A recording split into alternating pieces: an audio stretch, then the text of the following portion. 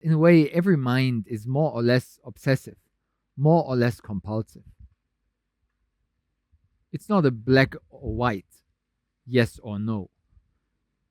It's a question of degrees of how obsessive is my mind compared to somebody else's mind, which doesn't really matter, the comparison. That's again the mind trying to compare itself with others.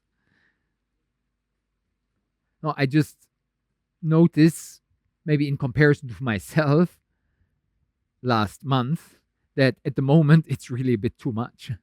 I'm getting a bit too obsessive. I can acknowledge that in a quiet moment. But unfortunately, usually the mind doesn't give me any quiet moments. It doesn't give me really a break to reflect and give space for this innate wisdom to arise. Because we're busy from morning to evening with hyperactive thinking and doing. And the reality is actually that it even continues in the night.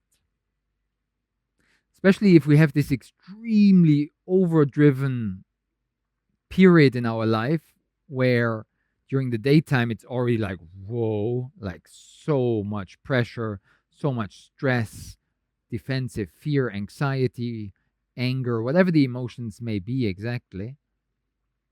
But if we have this extreme overdrive during the day, we can more or less acknowledge that that continues in the nighttime. Like the overthinking continues in our dreams, which sometimes can literally become nightmares. Or I cannot even sleep anymore, and I literally wake up at night, as mentioned, 4 a.m., tossing and turning. So all day I think about it, and kind of half of the night as well. And in the extreme case, as just described, that's pretty more or less obvious.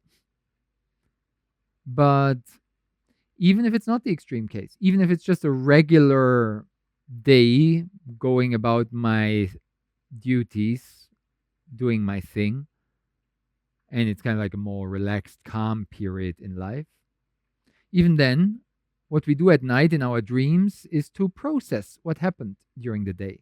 And we think it over. We process it and we integrate it in the subconscious mind with its fantasies, instincts, and the mind thinks also at night a lot. But there are moments at night where the mind gets quiet or even very quiet. We know this from approaches of Nidra yoga, this yoga of yogic sleep, of deep relaxation at night.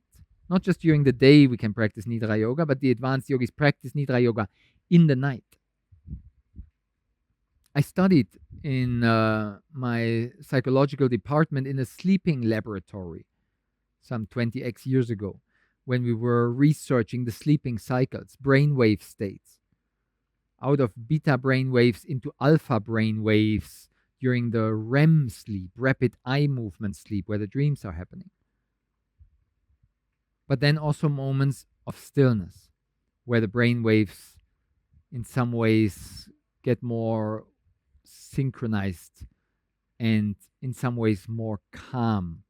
There's less thinking happening in the deep sleep, in the dreamless deep sleep. So there's a lot of yogic wisdom of how to deal with the mind. There are concentration techniques to focus the mind and make it more clear.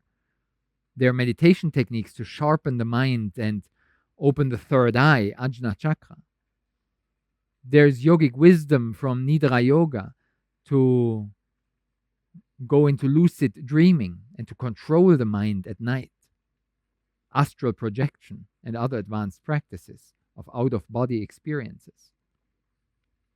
So the yogic tradition has a lot of very powerful techniques to sharpen the mind for this single pointed attention, this laser beam, sharp, cutting edge, piercing through all obstacles.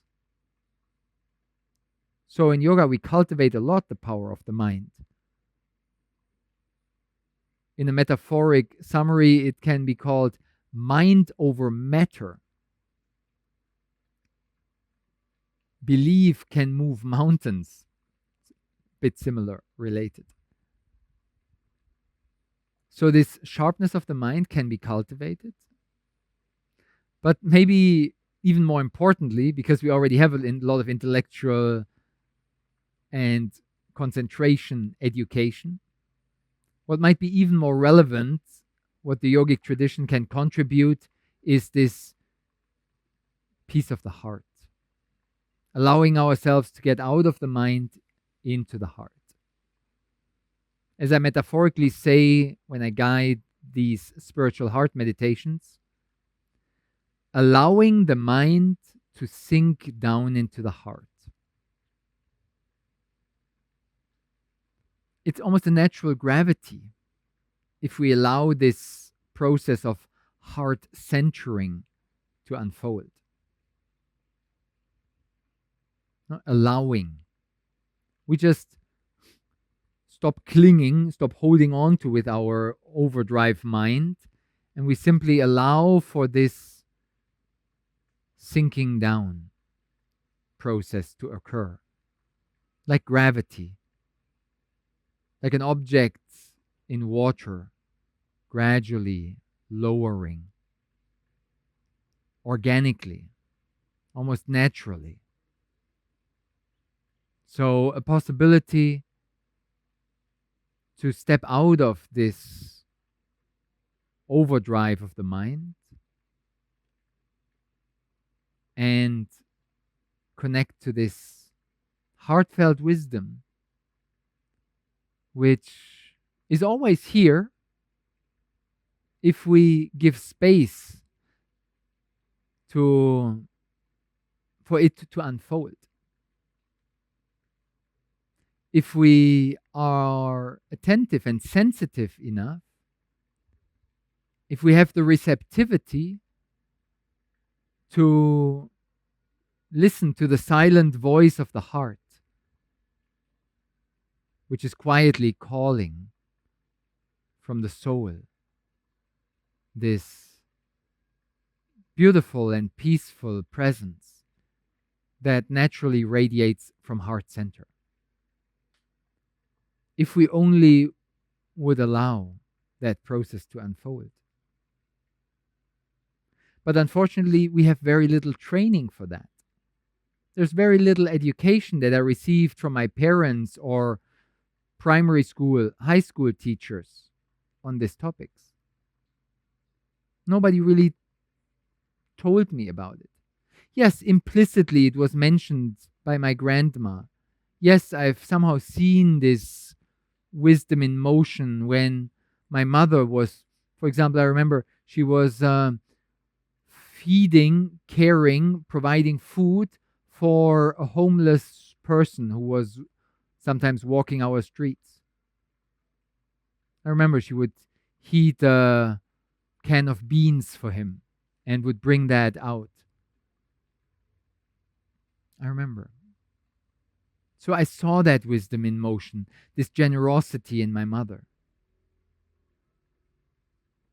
And we all have had such experiences, directly or indirectly. And we got inspired. And of course, it intuitively touched our heart. And it was, in a way, a